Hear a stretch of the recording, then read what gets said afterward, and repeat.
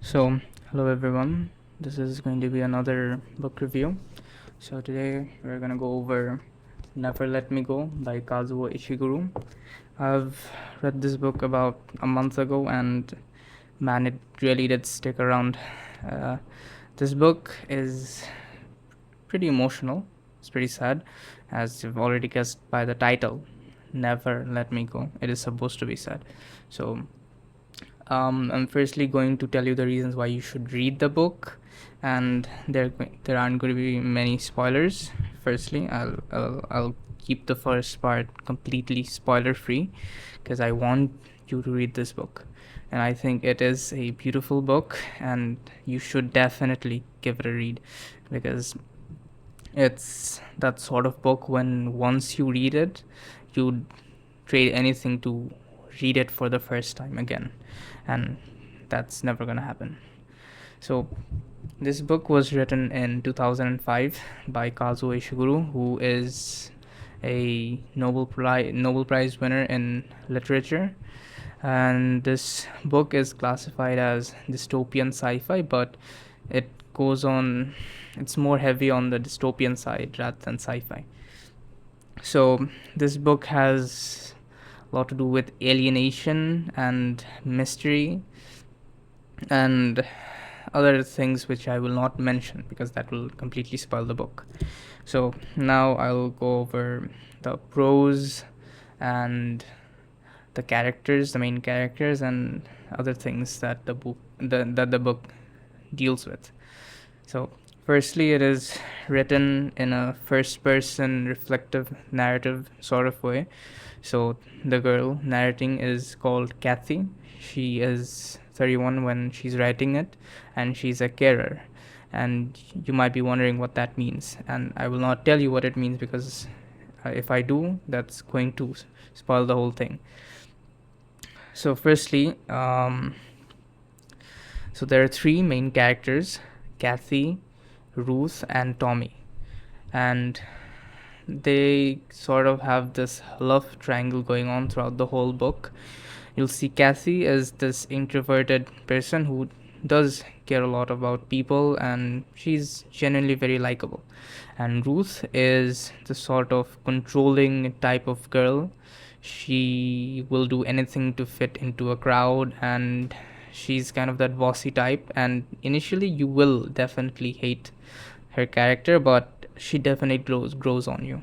And the third character, which is is my favorite, I'd say, is Tommy, because firstly, in the start of the book, he has severe anger issues and throws temper tantrums and is very much teased because of it. So, but he gets more mature and he grows the most throughout the whole book. So, this story is told in a very non-linear way. So, Cassie jumps around between different things that happen throughout her life. So, firstly, she is brought up in this boarding school in England, which is in Hailsham. I don't think it is mentioned. I mean, it's just called Hailsham. There is no school name, if I'm not wrong. So you'll firstly see that the students have no parents, and there are very strict rules regarding what the students can or cannot do and where they can or they can't go. So they're completely forbidden from going outside the school boundary. They can't smoke. It's a huge blasphemous sin to smoke in school. And then there are some weird things that happen, like every now and then there will be these white vans which come and they bring things from the outside world, outside of the school. So then the head mistress will collect arts and stuff from the students which she likes and store it in a gallery.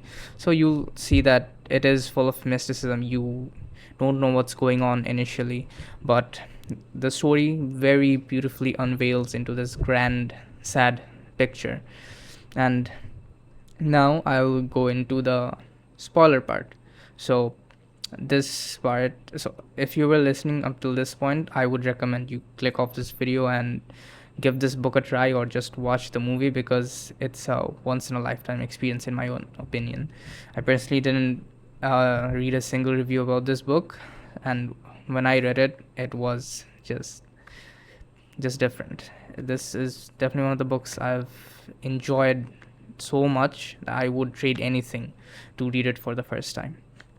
So if you're okay with not reading this book and missing on this beautiful opportunity, then stick around for the second part, which is going to be me diving into the whole picture and discussing my own thoughts. The thing I want to mention before I get on the second part is that this book was life changing for me, and I request you, I beseech you to read this book. And I don't think you will regret reading this book. You will absolutely love it, and you might just see life from a different lens after you're done. So, now for the spoiler, and I mean, the most heartbreaking thing that you'll discover in the book is that every one of them, the students in Hailsham, including Kathy, Ruth, and Tommy, are all clones.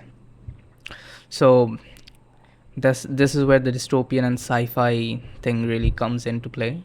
So they are cloned from normal people, and their only job in this world and in their futile existence is to donate their vital organs and die, or become a carer for other donors, and eventually they will also have to donate and die. Yeah, very sad.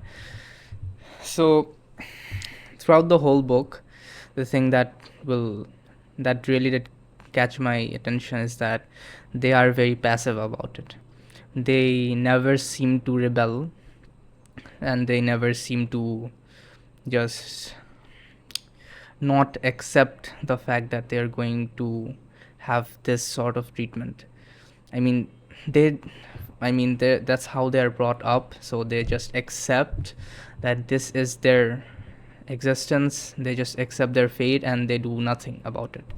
And as you'll see that this book I mean this book really goes around the topic of mortality, and Ishiguro does an excellent job on this, the way he writes the book, and it is, his prose is just perfect for this. So throughout the whole book, the group, Kathy and everyone, are very nonchalant about this. They don't really care that they're going to die. They just accept that they will have to donate and just, die.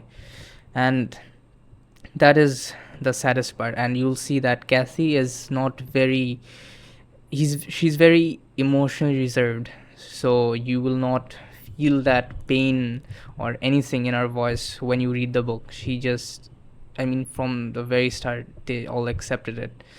And that is what really makes you the saddest. That's what really impacts you. This emotionally reserved way of talking in this very sensitive topic, and they just don't seem to care. They accepted everything and just going on with their lives, taking full advantage of that small time they have in this world.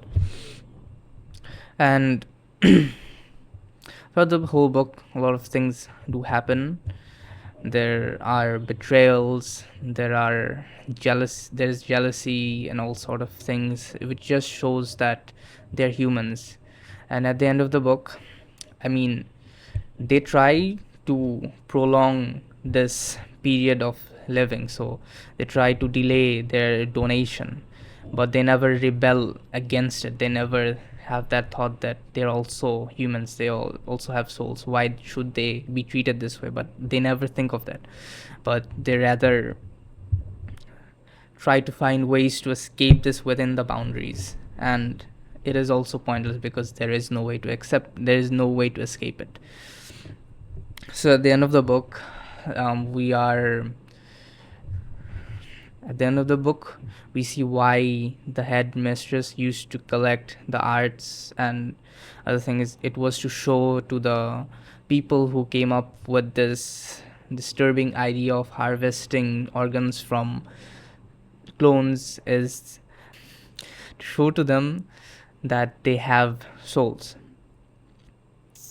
But it is no of no use, because at the end there is no escape out of this. And that's just human nature. We don't deviate from the path we expect. So that's what they've been expecting their whole lives. That's their expected, that's just their fate, and they don't deviate from it. They just keep on living. And another theme that Ishiguro touches on is the thing of when you're met with this shortness of time, how you react to friendship, love, and connections, which is done quite beautifully, because they are all destined to die at the age of 30ish or so, and that's a very short amount of time. So you see that how, despite them only living for 30 years, they still make meaningful connections. They have great memories, and Cassie in the book tells those memories with such pleasure that is very nice. So the ultimate tragedy of this book is accepting the one's own fate without fighting for it. And when you read it, you see that the clones, Kathy, everyone had a chance to just rebel, to just escape, because they were let out into the world, and they could just go somewhere and escape from this futile existence and to actually live, but none of them does it. It's all just drilled into their heads that they will have to do it. They will have to die eventually. I mean, the concept of death is in our minds, but it's in the back of our head, so we don't really think about it. And this book really makes you think about mortality and the fact that we can die any moment. We just don't think about it. So that's what Ishiguro really tried to touch on about. So mortality is inevitable, and that's what the book really reflects on about, that no matter how hard you try, you will not escape death. And it is the same in the book. No matter what they do, or they can do stuff, but they don't, they just accepted it. And that's that, they just accepted their fate, that they're going to die, and just live by that teaching. They just live by that.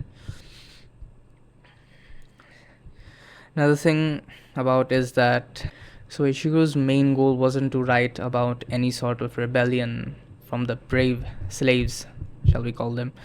So he really wanted to touch about what if the slaves don't rebel and they just accept everything and they just live with their futile existence. So even with their macabre nature of existence looming over them, they still make meaningful relations and love each other. That goes to show that even with the restriction from mortality, we seek comfort in each other. So that's gonna be the end of this video. I will shortly make a longer video on all the books I've read so far this year. It's gonna be pretty soon before I release that. Yeah, if you enjoyed it, thank you, and have a nice day.